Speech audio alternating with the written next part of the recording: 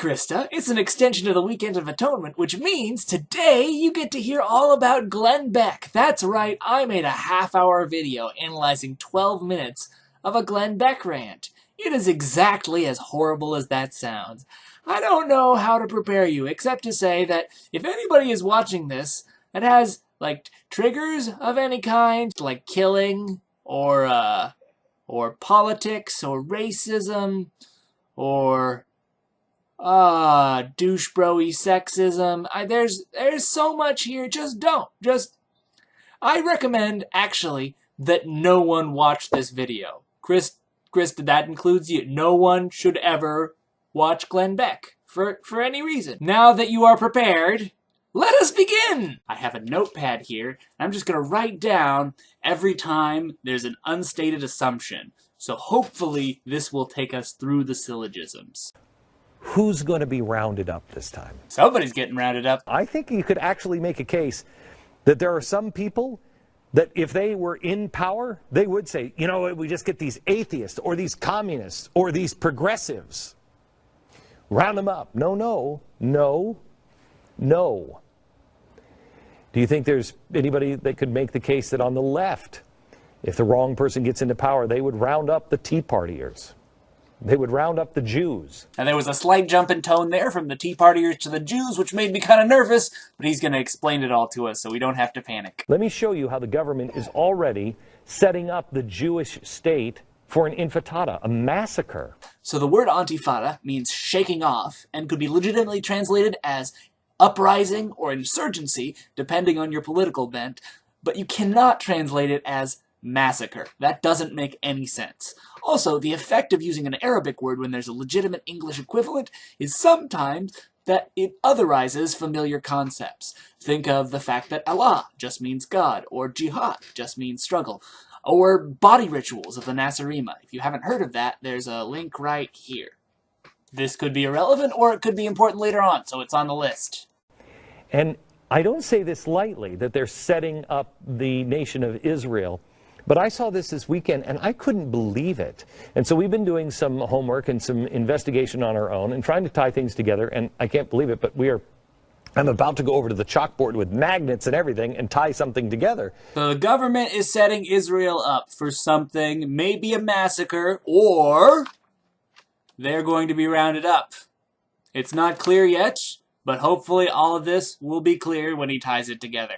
The enemies of Israel, they continue to build up strength and they continue to march towards nuclear weapons and grow more and more radical. Israel, real talk, has a lot of enemies. Some of them are developing nuclear weapons. However, understanding Israel's enemies as distinct groups instead of one homogeneous mass of scary people is probably a clearer way to understand a really complex foreign policy issue like the Israeli-Palestinian conflict. And John Kerry this weekend actually said that Israel is facing boycotts now, but they're probably going to face something worse if the talks with the Palestinians fail. Watch. And you see for Israel, there's an increasing delegitimization campaign that has been building up. People are very sensitive to it. There's talk of boycotts and other kinds of things. Okay, that's just amazing. You know, there's talk of boycotts, and in another speech he said, you know, if Israel doesn't act, I mean, these boycotts, I mean, you're getting hurt now, but, you know, what happens next? I mean, he sounds disconnected, doesn't he? He's a long way away from these boycotts. He's just saying this hypothetical, you know, there's talk of these boycotts. So there are lots of different boycotts. Some of them have been going on for decades. I just want to say that boycotting everything that comes out of the state of Israel and all Israeli businesses is not the same as boycotting specific companies, Israeli or otherwise, for producing goods on Palestinian territory in Israeli settlements. Where are these boycotts coming from? Well, it's not going to come as a surprise, the familiar cast of characters who are behind the boycotts. How sad it is that a liberal Hollywood starlet like Scarlett Johansson is more courageous and principled than our own Secretary of State. She actually resigned from her position as an ambassador of Oxfam International. Now, I had never heard of Oxfam. Oxfam is kind of a bleeding heart of an organization, but they were founded in 1942 and they're one of the largest anti-poverty organizations in the world. Glenn Beck probably should have heard of them, but I'm not going to be surprised that he hasn't. Had you ever heard of Oxfam before? Well, she resigned because they opposed trade with Israel. Scarlett Johansson became a spokesperson for SodaStream. SodaStream produces goods in Israeli settlements on Palestinian territory. So Oxfam supports a two-state solution. That means there should be a distinct Palestinian and Israeli territory. That's one valid perspective. And so they feel that SodaStream is in conflict with that perspective. Some people believe that Israel shouldn't exist and nobody should trade with Israel and that land should all be given back to the Palestinians. And some people believe that Palestinians are a made-up people and that all of the land of the West Bank belongs to Israel. These are all different perspectives that real people have, and it's important not to get them confused. So Oxfam, two-state solution organization, opposed to Israeli encroachment on Palestinian territory. SodaStream believes that territory belongs to Israel.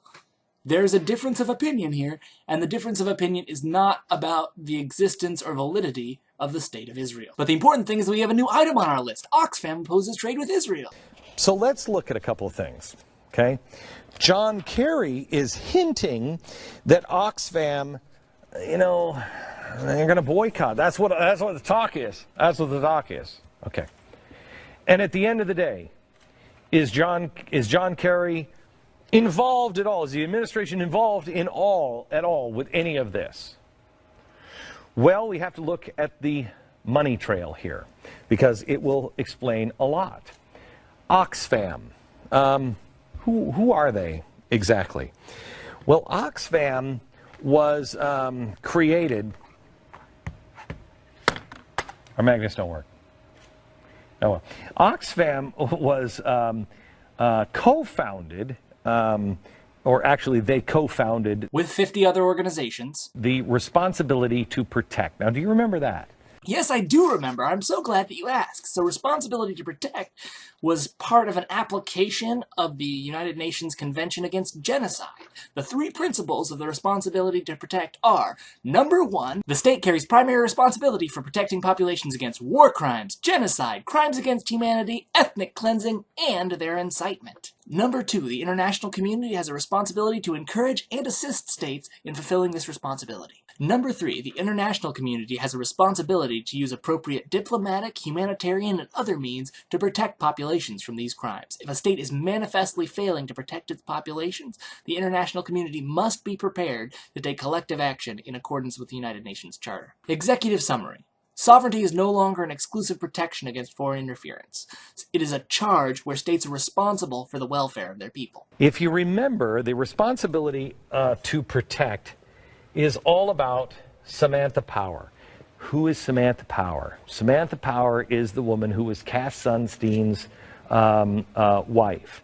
She was also an amazing journalist that covered the Balkan Wars, and she worked for the United Nations, representing our whole fucking country. But yeah, she also happened to be married to somebody who worked for the Obama administration, while she was also working for the Obama administration. I don't know what the connection here is supposed to be, but it's sexist. Responsibility to protect. What was that? Responsibility to protect, the first time we found it was when they were talking about going into to Libya. I don't believe you. Responsibility to protect goes back before there was a civil war in Libya. And that's publicly available on the internet. I don't even need to read scholarly articles to know that that's the case. Literally, it could have taken one of your interns about a minute and a half to find where responsibility to protect came from. So why are we talking about Libya? And she said, when there's some sort of genocide or some sort of really big problem where one big state is trying to keep the other down, we have a responsibility to protect. No. Interstate relations are not the same thing as intrastate relations. We're talking about responsibility to protect in terms of intervening in a state's conflict, not intervening in a conflict between states. Those are two completely different things with different precedents in international law. Well, who was it that co-founded it with Oxfam? Remember? So it was Soros and Oxfam that came up with the responsibility to protect. Now, let's go jump ahead. Thanks for warning me before you jump ahead, because it's all been clear as day and step by step up to this point. Anyhow, so far I understand that Samantha Power, George Soros, and Oxfam were all involved in responsibility to protect, which is apparently a bad thing, maybe? It's not clear. But is there any connection here at all between John Kerry and Oxfam? Couldn't be, right? Because he's just saying off the cuff, well, you know what, there's people talking now about a boycott. Guess whose wife has given millions to Oxfam?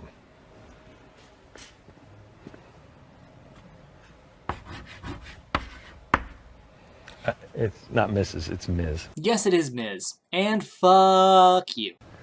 Ms. John Kerry has given millions to Oxfam. While I have no special love for that very rich person, she gave millions to Oxfam, and that's awesome. She also gave millions to Heifer International, to Save the Children, to other organizations that are good and do work that I support. Oxfam is generally a good organization, regardless of your stance on Israel-Palestine. That's not even where the majority of their work is done. Oh, and besides the Ketchup Queen, the Tides Foundation also gives money to Oxfam. And Kerry is also giving money to Tides. Remember, Tides is nothing more than a money laundering system. Yeah, the nonprofit industry is kind of like a lot of other industries, and there's a creepy financial backbone network. It's all kind of interrelated, and it's not very pretty, but it's not like Mr. Super PAC has any space to judge them. Now, the president appointed a woman, Smita Singha. She was appointed to his Global Development Council. She also happens to be on the governing board of Oxfam. So now we have somebody who is directly in the administration, also on the board of Oxfam. So somebody that Obama appointed to his Global Development Council was on the board of an organization involved in combating global poverty. This is clear evidence of something nefarious. His wife gave money to Oxfam, but he's heard rumor. Really? Oh, and Valerie Jarrett also has praised Oxfam because she says the administration is working with Oxfam. Quote, the president will continue to partner with leaders from the public and private sectors and with extraordinary organizations such as Oxfam, so they know about it. As we continue to save lives and improve communities, I look forward to continuing our work together with Oxfam. That little with Oxfam there was a little bit misleading. That's not exactly what she said, was it? Wow, it is like one giant happy money laundering family, isn't it? All starts, again, with the responsibility to protect. If you remember right, I'm trying to go back into my Fox days. Responsibility to protect wasn't really about Libya. It was used in Libya. It was actually, if I remember right, and I do, it was an anti-Israel stance. So two things here. One, what happened to you couldn't remember it before Libya? And two, what the fuck are you talking about? Samantha Power had one goal in mind when they created that. And that was, if we have to, we will send in U.S. or international forces to impose a solution in the Palestinian-Israeli conflict. So that is not the case. I suppose maybe that might have been Samantha Power's intention. I doubt it, and if it is, you certainly can't prove it because there's no print source of her saying anything like that. What are you talking about? So why would this be happening? Why would what be happening? There's a lot of the things that you said, and I don't know which one you're referring to anymore, and this doesn't actually make sense. Because of the responsibility to protect. That's it. They are looking for a justification to get into Israel and deal with Israel themselves. So, I think I can sum up the argument thus far with this diagram. Responsibility to protect, via Oxfam and others, something something, Samantha Power, needless mention of Libya, Israel. It's clear as day. The president has been softening the ground, helping pave the way, his entire presidency for this. And all of the people involved, they're all the people involved with the boycott. So I would like to be able to disprove this business here, but the thing is, the only evidence you presented for the connection between responsibility to protect and Israel is you remembering correctly that it was anti-Israel, without actually providing me any substance to debunk. There's no print sources, there's not even information. There wasn't even like a memo or a statement by someone famous. Like, you could find a pundit saying this. They wouldn't even have to be directly connected to the Obama administration. You could find something insubstantial, but you didn't even bother to find something insubstantial to put in this arrow. You just said. That's not an argument. This is not an argument. And the president's been humiliating Benjamin Netanyahu. Joe Biden visited Israel regarding peace talks, and Israel announced at the same time that they were going to put another set of settlements in Palestinian territory. This created some friction. So apparently there was a tense meeting when Netanyahu visited the States, and afterward, Barack Obama didn't pose for a photograph. There's not even evidence that a photograph was asked for. It might have just been that Netanyahu left early. There's no evidence. He has called for the return to the 67 borders. He slammed Israeli settlements. He has supported the Muslim Brotherhood in Egypt, the overthrow, which made everything much more unstable. So number one, first of all, what Obama proposed was that the foundation of peace talks be a return to the 67 borders with substantial allowances for Israeli settlements in Palestinian territory. That is the same foreign policy that the U.S. has had regarding Israel-Palestine peace talks since, like, the 90s? Number two, slamming the settlements meant saying that the settlements were damaging peace talks. The settlements are damaging peace talks. Because, duh. Number three, when did Obama support the Muslim Brotherhood? He did support the overthrow, but that's not the same thing as supporting the Muslim Brotherhood. He gave the Muslim Brotherhood membership, VIP treatment, access to the White House. He actually had members of the Muslim Brotherhood in the White House. He has members of the Muslim Brotherhood that are touring our homeland security. So, access to the White House and VIP treatment are not exactly what happened. There was a meeting with the president for which they received port courtesy, that is, they were able to enter the country. Without the normal TSA pat-downs and all that business, because they were considered dignitaries that were meeting with the president, and therefore had access to the White House in that they were meeting with the president in the White House. That sounds like something different than what you described. Having a meeting with somebody, giving them the port courtesy, does not mean that you agree with them, it just means that you're recognizing them as dignitaries. Also, I couldn't find any evidence of them actually touring the Homeland Security, but foreign dignitaries sometimes tour security things. That's a thing that happens sometimes. Maybe stop freaking out quite so much, or treating it as evidence that he agrees with everything that they say. It's clear what side the administration is on. It's clear what side of the bed they're crawling in with. And it ain't Israel. This administration believes Israel is the problem. And when there is a real global war, whose side do you think this administration will be on? Apparently there's going to be a global war, and we're going to be on one side, and Israel's going to be on the other side. And I did not find this as clear as Glenn told me I would find it. Israel? Or will we see maybe a new ambassador, Samantha Power, who will convene an international peacekeeping force to send into Israel to impose a solution? When the hammer comes down on Israel, and believe me, it's going to, It is because this administration is setting up a bogus boycott themselves. This is directly from the White House again. Actually, Oxfam's boycott dates back to the 80s. They've had an office in Palestinian-occupied territory since 1988. So maybe not directly from the White House. Now, what do you think will happen on the home front? If that's the position that this government is going to take... You still have not made it clear why this is the position they are taking. Who ends up in one of these? Who do you think? Okay, now you are just jumping around. Right to protect, hating Israel, necessary global war, second Holocaust. None of these connections were explained.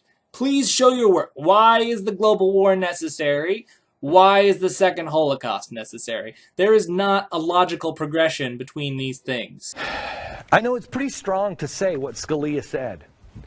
But, you know, and if anybody says it, if you say it, you're going to be mocked. But that's all right. It is much more foolish to pretend that these things don't happen in our own history and can't happen again. Now, let's get to the solution. How do you fix this? Well, you don't fix this by having stupid magnets on the board, and I learned that a long time ago because nobody cares. Nobody cares. We're committing national crimes every single day. I agree with that sentence, but none of the things you described were the national crimes that we are committing. I don't care. I'm too busy. I can't pay attention. I can't do anything. I'm too small. Whatever. National crimes. So, if you have a society that is committing those national crimes... Which national crime? Well, then you have to make that medicine go down with a spoonful of sugar, and that's why I'm going after culture. Where was the culture bit? Was that where the leftists proposed a policy against genocide in order to initiate a genocide? Because I didn't follow that bit. Maybe that's culture? I said this the other day. You know, Sean Hannity has his thing, Rush has his thing, everybody has a role. It's why I started The Blaze, and why a lot of people, even in my own company, they don't even understand it yet. Glenn, do you understand it? We're a news company. Yes, yes, yes, we are. But we are also a movie and television company. And not this kind of television, but one that will get into the culture. Because the culture is the first step. News and voting is the last step. If you can't get people to consume for entertainment the truth and see what's really going on, there's no chance. There's no chance. We can't seem to change the dirtbags in D.C. fast enough. So we have to get to the culture. But then there is another step. Culture is one. But here's the most important. I remember when I started doing this 5 years ago, and there wasn't anybody that wanted to meet with me outside of, you know, even people in my own faith didn't want to meet with me. Nobody wanted to meet. I'm sure none of them have been alienated since then. The faithful must come together, and they must unite despite our theological differences. If you look at all of the great movements for man's justice and man's freedom, it was all started by and completed by people of faith. That is also not true. Lots of non-religious people have been involved in lots of movements. I don't know about completing them because I don't know of any movements that have been completed, but I know lots of movements that have been founded by non-religious people. Take a look at the battle hymn of the Republic. It's, first of all, the battle hymn. Hymn. It's a dead giveaway, but in case that wasn't enough, as he died to make men holy, let us die to make men free while God is marching on. How do you get people to do things? I know how I get people to do things. You get people to do things by using half-truths and misleading pseudo-logic. You show them this is the right thing to do. There's a difference between Republican and Democrat, and here it is, right and wrong. Those two things can flip sides all the time, but there is no flipping of right and wrong. So your worldview doesn't adjust to new information? Who fought segregation? Who was it? Dr. Martin Luther King, right? No. The Reverend Dr. Martin Luther King. I just threw up in my mouth a little. Your party at that time was fighting integration. Reverend comes first, and everybody's dropping it off. In fact, his family wants to sell his Bible now. At least some members of the family are saying, no, wait, we shouldn't sell that because that's who he is.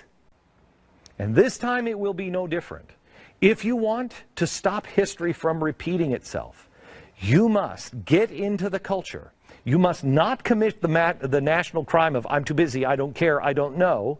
So wait, that the national crime was apathy? I thought it was genocide. I'm confused. And you must strengthen your faith and our faith community in whole. I don't, you didn't, but it's done! I can't believe it's done, but holy shit, did it get fucked up at the end there. It was like M. Night Shyamalan style, twist, and then a twist, and then another twist. Holy crap. Logic was no. Okay. I'm gonna go ahead and never think about Glenn Beck again if I can help it. And Krista, you will see me tomorrow.